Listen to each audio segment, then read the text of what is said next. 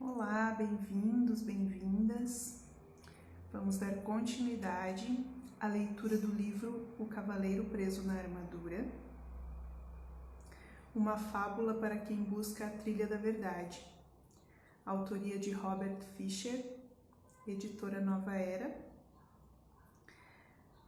Hoje nós vamos ler o capítulo 3, O Caminho da Verdade.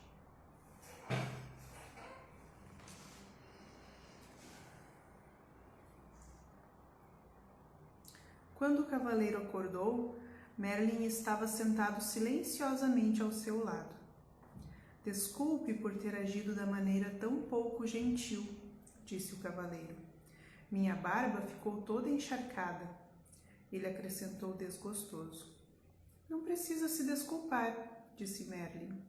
Você acaba de dar o primeiro passo para sair dessa armadura. O que você quer dizer? Você verá, replicou o mago. Em seguida, levantou-se. Está na hora de você partir. Isso deixou o cavaleiro perturbado. Ele estava gostando da vida na floresta com Merlin e os animais. Além disso, parecia não ter nenhum lugar para ir. Juliette e Christopher aparentemente não queriam que ele voltasse para casa. E verdade que poderia retomar as atividades de cavaleiro e participar de algumas cruzadas. Ele tinha uma boa reputação e havia diversos soberanos que ficariam felizes em tê-lo ao seu lado, mas lutar parecia não ter mais propósito algum. Merlin lembrou o cavaleiro do seu novo propósito, livrar-se da armadura. Por que me importar? Perguntou o cavaleiro morosamente. Para Juliette e Christopher não faz diferença se eu retirar ou não esta armadura. Pense em você mesmo, sugeriu Merlin. Ter ficado preso em todo esse aço lhe causou um monte de problemas, e sua situação só irá piorar com o passar do tempo. Você pode até vir a morrer de algo como uma pneumonia decorrente de uma barba encharcada. Acho que minha armadura se tornou um estorvo, replicou o cavaleiro. Estou cansado de arrastá-la de um lado para o outro e não aguento mais comer purê de comida. Por falar nisso, não consigo nem coçar minhas costas quando tenho vontade.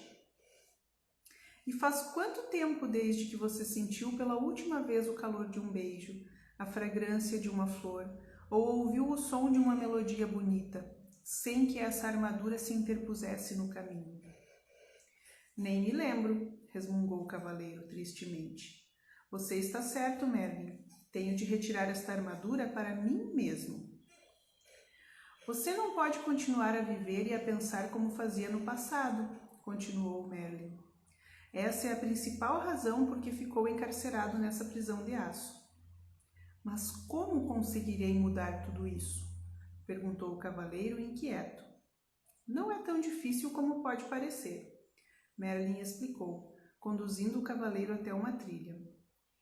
Este foi o caminho que você percorreu para chegar a esta floresta. Não percorri nenhum caminho, disse o cavaleiro. Estive perdido durante meses. É comum as pessoas não terem consciência do caminho que estão seguindo, replicou Merlin. Você quer dizer que este caminho estava aqui, mas eu não conseguia vê-lo? Sim, e você pode voltar por ele se quiser. Mas ele conduz à desonestidade, ganância, ódio, ciúme, medo e ignorância. Você está dizendo que eu sou todas essas coisas? O cavaleiro perguntou indignado. Às vezes você é algumas delas, Merlin admitiu sossegadamente. O mago então apontou para outra trilha. Ela era mais estreita que a primeira e bastante íngreme. Parece uma subida e tanto, observou o cavaleiro. Merlin concordou com a cabeça. Este, ele disse, é o caminho da verdade. Ele torna-se mais íngreme à medida que se aproxima do cume de uma montanha que fica lá longe. O cavaleiro olhou para aquela trilha escarpada sem entusiasmo. Não sei se vale a pena. O que vou ganhar quando atingir o topo? É o que você vai perder, Merlin explicou. A armadura. cavaleiro ponderou sobre isso. Se retornasse pelo caminho que tinha percorrido antes, não havia esperança de remover a armadura e ele provavelmente morreria de solidão e fadiga. Parecia que a única maneira de se livrar da armadura era seguir pelo caminho da verdade. Mas assim ele poderia morrer, tentando escalar aquela encosta tão íngreme. O cavaleiro olhou para o difícil caminho à frente. Depois, olhou para o aço que cobria seu corpo. Está bem, ele disse resignado. Tentarei o caminho da verdade. Merlin gostou. A decisão de seguir por uma trilha desconhecida, com essa armadura pesada atravancando seu caminho, requer muita coragem, destacou o mago. O cavaleiro sabia que era melhor começar imediatamente, ou poderia mudar de ideia. Vou pegar o meu fiel cavalo, disse ele. Oh, não, disse Merlin, balançando a cabeça. Há trechos no caminho que são estreitos demais para um cavalo passar. Você terá de ir a pé. Perplexo, o cavaleiro se estatelou sobre uma pedra. Acho que prefiro morrer com a barba encharcada, ele disse, com sua coragem esvanecendo rapidamente. Você não viajará sozinho, Merlin lhe disse. Esquilo o acompanhará. O que você espera que eu faça? Que monte nas costas do esquilo? Perguntou o cavaleiro, temendo o pensamento de fazer aquela árdua viagem com um animal de fala esperta. Talvez você não possa montar sobre mim, disse Esquilo, mas vai precisar de mim para ajudá-lo a comer. Quem mais vai mastigar nozes para você e empurrá-las através da viseira? Rebeca, que ouvira a conversa de uma árvore próxima, sobrevoou o cavaleiro e pousou no seu ombro. Também vou com você. Já estive no topo da montanha e sei o caminho, ela disse. A disposição dos dois animais em ajudar conferiu ao cavaleiro a coragem de que ele necessitava. Bem, não é incrível, ele disse a si mesmo. Um dos cavaleiros da elite do reino precisando ser encorajado por um esquilo e um pássaro. Ele fez um esforço para ficar em pé, sinalizando a Merlin que estava pronto para começar sua viagem. Enquanto caminhavam em direção à trilha, o mago pegou uma estranha chave dourada que estava em seu pescoço e entregou-a ao cavaleiro. Esta chave abrirá as portas dos 3 castelos que bloquearão seu caminho. Eu sei, gritou o cavaleiro impulsivamente. Haverá uma princesa em cada castelo e eu matarei o dragão que a mantém cativa e a salvarei. Basta! Interrompeu Merlin. Não haverá princesas em nenhum desses castelos. Mesmo se houvesse, você agora não tem a menor condição de resgatar quem quer que seja. Você tem de aprender a se salvar primeiro. Repreendido dessa forma, o cavaleiro calou-se e Merlin continuou. O primeiro castelo chama-se Silêncio. O segundo, Conhecimento. E o terceiro, Vontade e Ousadia. Depois de entrar neles, você encontrará a saída somente depois de ter aprendido o que está lá para você aprender. Do ponto de vista do cavaleiro, isso não parecia ter graça alguma comparado com o salvamento de princesas. Além disso, no momento, visitas a castelos realmente não o atraíam muito. Por que não posso simplesmente contornar os castelos? Ele perguntou amuado. Se fizer isso, você se extraviará do caminho e com certeza se perderá. O único meio de chegar ao topo da montanha é atravessando esses castelos, Merlin disse, com firmeza. O cavaleiro suspirou profundamente, enquanto mantinha o olhar fixo na trilha estreita e íngreme à sua frente. Ela desaparecia entre altas árvores que se destacavam contra um agrupamento de nuvens baixas. Pressentiu que essa jornada seria muito mais difícil do que uma cruzada. Merlin sabia o que o cavaleiro estava pensando. Sim, ele concordou, há uma outra batalha a ser travada no caminho da verdade. A luta será aprender a amar a si mesmo. Como farei isso? Perguntou o cavaleiro. Para começar, você tem de aprender a se conhecer, respondeu Merlin. Essa batalha não pode ser vencida com sua espada, portanto, você pode deixá-la aqui. O olhar gentil de Merlin pousou sobre o cavaleiro por um instante. Depois ele acrescentou: se você encontrar algo com que não consiga lidar, basta me chamar que eu irei. Você quer dizer que pode aparecer em qualquer lugar que eu esteja? Qualquer mago que se respeita pode fazer isso, Merlin respondeu, e em seguida desapareceu. O cavaleiro estava assombrado. Ora, ele sumiu. Esquilo concordou. Algumas vezes ele faz realmente coisas do arco da velha. Vocês vão desperdiçar toda a energia falando? Rebeca os repreendeu. Vamos em frente. O elmo do cavaleiro rangeu, enquanto ele assentia com a cabeça. Eles começaram a marcha com o Esquilo na frente e o cavaleiro, com Rebeca no ombro, atrás. De tempos em tempos, Rebeca voava em missão de reconhecimento e voltava para relatar o que vira. Após algumas horas, o cavaleiro desmoronou, exausto e dolorido.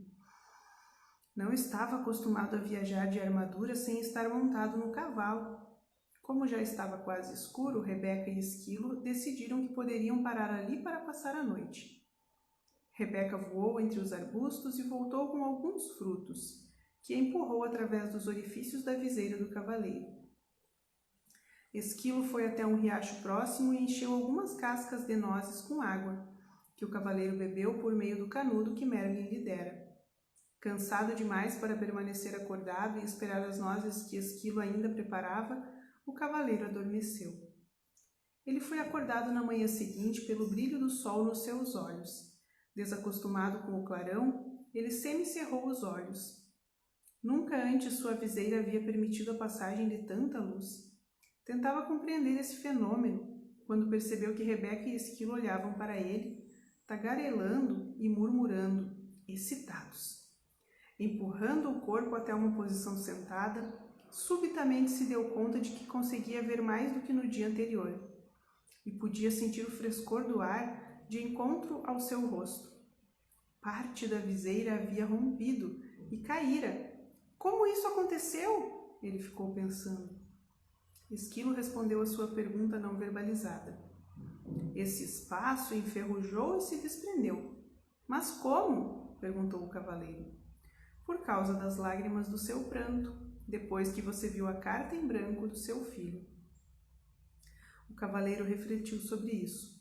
A tristeza que ele sentira fora tão profunda que a armadura não pudera protegê-lo dela. Muito pelo contrário, suas lágrimas haviam começado a romper o aço que o circundava. É isso, ele exclamou. Lágrimas de sentimentos reais me libertarão desta armadura. Ele colocou-se em pé tão rápido como há muitos anos não fazia. Esquilo, Rebeca, ele gritou. É realidade. Vamos seguir o caminho da verdade. Rebeca e Esquilo estavam tão deleitados com o que estava ocorrendo ao cavaleiro que nenhum deles mencionou que aquela rima tinha sido terrível. Os três continuaram montanha acima. Era um dia especial para o cavaleiro. Ele percebia as minúsculas partículas iluminadas de sol que se filtravam através dos galhos das árvores. Olhou de perto o rosto de alguns tordos e viu que não eram todos iguais. Ele falou isso para Rebeca, que não parava de dar saltos, murmurando alegremente. Você está começando a perceber as diferenças em outras formas de vida, porque está começando a perceber as diferenças no seu interior. O cavaleiro tentou entender o que exatamente Rebeca queria dizer com isso, mas era orgulhoso demais para perguntar, pois ainda pensava que um cavaleiro deveria ser mais inteligente que um pombo. Nesse exato momento, Esquilo, que fora fazer um reconhecimento da estrada mais adiante, voltava numa carreira. O Castelo do Silêncio fica logo depois da próxima subida. Excitado com a perspectiva de ver o castelo, o cavaleiro seguiu ainda mais rápido. Quando alcançou o alto da colina, já estava quase sem ar. Era verdade, um castelo emergia à frente, bloqueando completamente o caminho. O cavaleiro confessou a Esquilo e Rebeca que estava desapontado. Ele esperava uma extravagante estrutura. Em vez disso, o Castelo do Silêncio parecia com qualquer outro castelo da região. Rebeca riu e disse: quando você aprender a aceitar em vez de ter expectativas, seus desapontamentos serão menores. O cavaleiro acenou com a cabeça, sinalizando que concordava com a sabedoria contida nessas palavras. Passei a maior parte da minha vida sofrendo desapontamentos. Lembro-me de estar deitado no berço, pensando que era o bebê mais bonito do mundo. Então a minha governanta olhou para mim e disse que eu tinha um rosto que somente uma mãe poderia amar. Acabei desapontado comigo por ser feio ao invés de bonito, e desapontado com a governanta por ela ser tão rude. Se tivesse aceitado verdadeiramente que era bonito, o que ela disse não teria tido importância. Você não ficaria desapontado, Esquilo explicou. Isso fazia sentido para o cavaleiro. Estou começando a achar que os animais são mais inteligentes do que os homens. O fato de poder dizer isso faz de você um ser tão inteligente quanto nós, Esquilo replicou. Não acho que isso tenha a ver com ser inteligente, disse Rebeca. Os animais aceitam e os seres humanos têm expectativas. Você nunca ouvirá um coelho dizer: espero que o sol apareça de manhã para eu poder ir até o lago brincar. Se o sol não aparecer, isso não estragará o dia do coelho. Ele simplesmente é feliz sendo um coelho. O cavaleiro refletiu sobre isso. Ele não conseguia se lembrar de muitas pessoas que eram felizes simplesmente sendo pessoas. Logo chegaram à porta de um imenso castelo. O cavaleiro tirou a chave dourada do pescoço e encaixou-a na fechadura. Enquanto abria a porta, Rebeca sussurrou: nós não vamos entrar com você. O cavaleiro, que estava aprendendo a amar e a confiar nos dois animais, ficou mais uma vez desapontado, já que eles não iriam acompanhá-lo. Ele quase mencionou isso, mas se conteve a tempo. Novamente estava tendo expectativas. Os animais sabiam que o cavaleiro hesitava em entrar no castelo. Podemos levá-lo até a porta, disse Esquilo, mas você tem de entrar sozinho. Quando Rebeca saiu voando, ela bradou para incentivá-lo. Nós o encontraremos do outro lado. E assim encerramos o capítulo 3.